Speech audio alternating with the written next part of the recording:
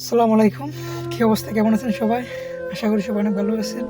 তো কথা আছে না, আপনাদের সাথে একটা কথা শেয়ার করি যে চাওয়া যদি আল্লাহর কাছে হয়, আল্লাহ কখনো কাউকে ফিরিয়ে দেয় না। আপনার সাথে যদি কেউ অন্যায় করে, বিচারটা যদি আল্লাহর কাছে দেন আর আপনি যদি লিগ্যাল হন, সেটা আপনি বিচার একদিন না একদিন পাবেন ইনশাআল্লাহ। তাহলে আমি একটা ঘটনা শেয়ার করি। আমি ৩-৪ মাস যাবৎ আমি ডেলিভারি কাজ করছিলাম। তো আমি মালিকের কাজ জয়েন হওয়ার আগের দিন আমার আইডি বন্ধ করে দেব। তো আর তার আগের দিন আমি হিসাব করলাম বসে থেকে তো কোনো লাভ নাই। একদিন একটু তলব ডেলিভারি কাজ করি। তো যাই হোক, যেমন চিন্তা তেমন কাজ। এটা বলা ফ্রেশ ট্রেশ হইয়া গাড়ি নিয়ে বের হলাম। বের হয়েই প্রথমে একটা তলব ১১ রিয়াল নেয়া গেছে। কাছে আরকি, প্রায় কাছে কত ৬ কিলোমিটার। তো সেখান থেকে আবার আমার রুমের কাছেই ১২ রিয়াল একটা অর্ডার পাইছি।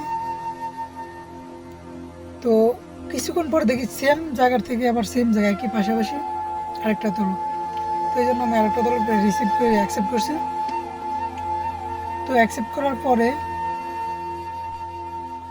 আমার এই মাতামে খাবার দিচ্ছে ২০ মিনিট ২৫ মিনিট পরে। মেবি ২৫ মিনিট হবে, সর্বোচ্চ ২৫ মিনিট হবে। তো ২৫ মিনিট হবে। তো আমার সর্বোচ্চ টাইম লাগছে, আমি আবার রাস্তা পার হয়েছি, খাইটা পার হয়েছি। আমার টাইম লাগছে ৮ মিনিটের মতো।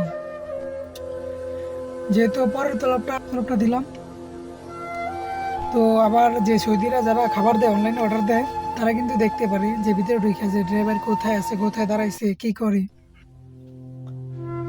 তো ওই যে প্রথম যে অর্ডারটা সে দেখতেছে আমি যে ওখানে দাঁড়াইছি। তো দাঁড়ানোর পরে কিছুক্ষণ পর আমার ফোন দিল, মোহাম্মদ হয় নামটা, আনা কালাম মুদির শোয়েদ আনা মসজিদ তৈরি এখানে শোয়ে এই যে ইতনি দিয়ে আবগা। তো সৌদি কালাম সৌদি বলতেছে ওকে তাল তাল সুরা সুরা, মানে সৌদি বলতেছে আসো চালু করে। পরে আমি ওকে মাফি মুশকিল আনাই জি ইতনি দিয়ে গা, মানে আমি আসতেছি, আমার ২ মিনিট লাগবে। তো আচ্ছা, প্রথম তলবটা দেওয়ার পরে গেলাম ২ মিনিটের মধ্যে, সরি ৫০০ মিটার, তো আর বেশি দূরে না, ৫০০ মিটার, ১ কিলোমিটারও না। তো পরে সৌদির আমার জিজ্ঞাসা করতেছে কিরে তুই ওখানে দাঁড়াইলি কেন? আমি বলতেছি দেখ, আমি ২টা অর্ডার আনছি। তো ২টা অর্ডার আনছি, কয় ২টা অর্ডার আনছিস কেন? তুই দেখ তোর কাছাকাছি ৫০০ মিটারও হবে না, তোর কাছাকাছি এই জন্য ২টা অর্ডার আনছি। দেখ আমার টাইমও বেশি লাগে না, আমার ৮ মিনিট সময় লাগছে। ওখান থেকে পিক আপ করার পর আমার ৮ মিনিট সময় লাগছে, বেশি লাগে নাই। তারপরে সৌদি খাবার টাবার নিয়ে কয় যা, মানে টাকাও ছিল মনে করেন ক্যাশ ডেলিভারি। তো পরে কয় টাকা দেবো না, যা তুই আমার খাবার লেট করছিস কেন, 2টা অর্ডার আনছিস কেন, টাকা দেবো না। পরে আমি তারে বললাম তুই দেখ আমি গরিব মানুষ, তার বিধি বলছে আর কি, গরিব মানুষ দেখ কাছাকাছি থেকে আমি 2টা তলব আনছি। পরে সে মনে করে রাগারাগি করে কয় যা যা টাকা দিব না যা। আমি বাইরে গিয়ে কোম্পানিতে কমপ্লেন করলাম যে দেখ আমার টাকা পেমেন্ট করতেছে না। তো পেমেন্ট করতেছে না, যেহেতু অফিসে একটা মেসেজ গেল, তো সে আবার মেসেজ করছে যে সৌদির কাছে যে অর্ডার দিছে খাবার। তো তার কাছে মেসেজ করার পরে সে ফোন দিয়ে বলছে যে খাবার ভালো না, খাবার ঠান্ডা হয়ে গেছে, অনেক লেট হয়েছে, 2টা অর্ডার আনছি। তো সৌদি আরবে ডেলিভারি কাজ যারা করে 2টা অর্ডার যদি আনে, যদি কমপ্লেন করে, তাহলে অটোমেটিক টাকা কাইটে রাখিয়ে দেয় ডেলিভারি অ্যাকাউন্ট থেকে। তো ওখান থেকে সাথে সাথে আমার কথা না শুনে কোম্পানি, তো সাথে সাথে আমার টাকা কেটে নিয়ে গেছে। তো কিছুক্ষণ পরে আমি যেহেতু বাইরে বসেছিলাম ১০-১৫ মিনিট অপেক্ষা করতেছিলাম যে টাকা দেয় কিনা।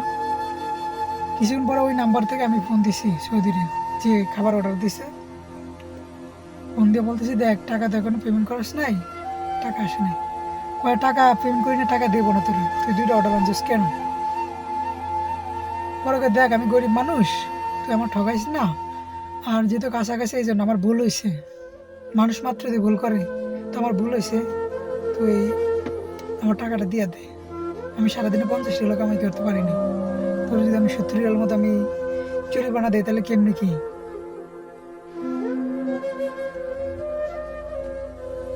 তো পরে বলতেছে কয় দেখ তুই 2টা তলা মানছিস, তোর আমি 1 টাকা দেবো না, তোর যদি কোনো কিছু বলা পরে বলে তো তুই শরীরের কোম্পানির বলো।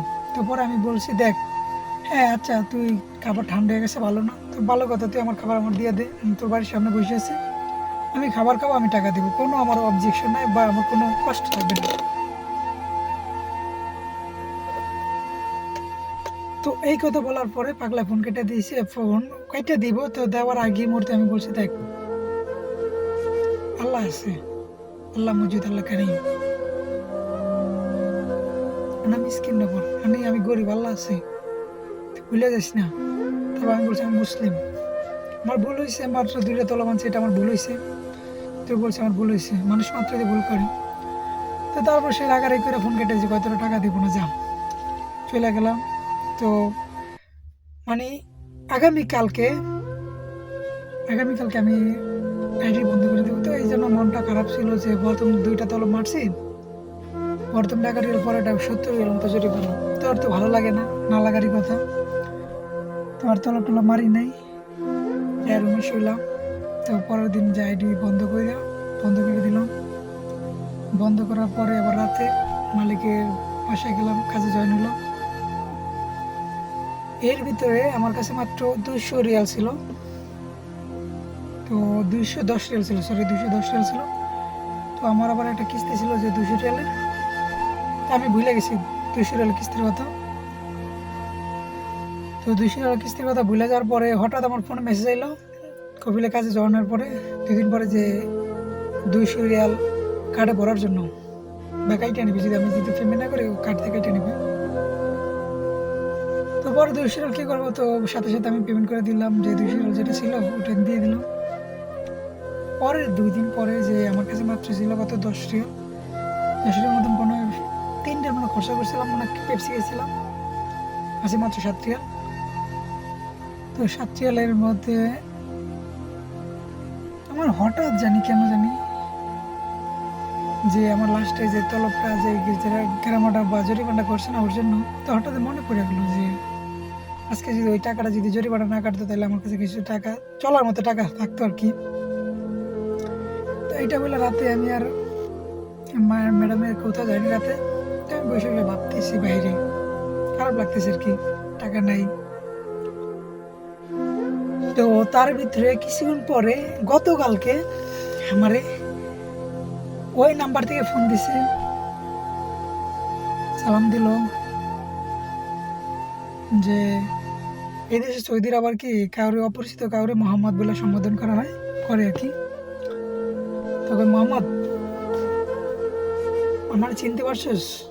আমি কই না, আমি আরবিতে আমার কাছে না মালুম আনতা, আমি গেলাম মাফি বললাম নি আনতা, মানে মানে আমি জানি না তুই কে। তো পরে বলছে দেখ যে 1 সপ্তাহ আগে যে আমি তোর খাবার করছি, তোর টাকা দিন তোর খাবারের লাস্টের জাহেজের, আমি কো টাকা পেমেন্ট দেশ নে আমারে, না তো কি কোনো কিছু বলবি সমস্যা? পরে কয় আমারই বুঝেন ফোন দিয়েই বলে। তো তারপরে বলছে কয় না কেমন আছিস, আমি কি দেখ আমার তো যাই থাকার যা করার তো করছস, কি কেমন থাকবো আর। পরে কয় তোর কি ব্যাংক অ্যাকাউন্ট নাম্বার আছে, মানে STC পে?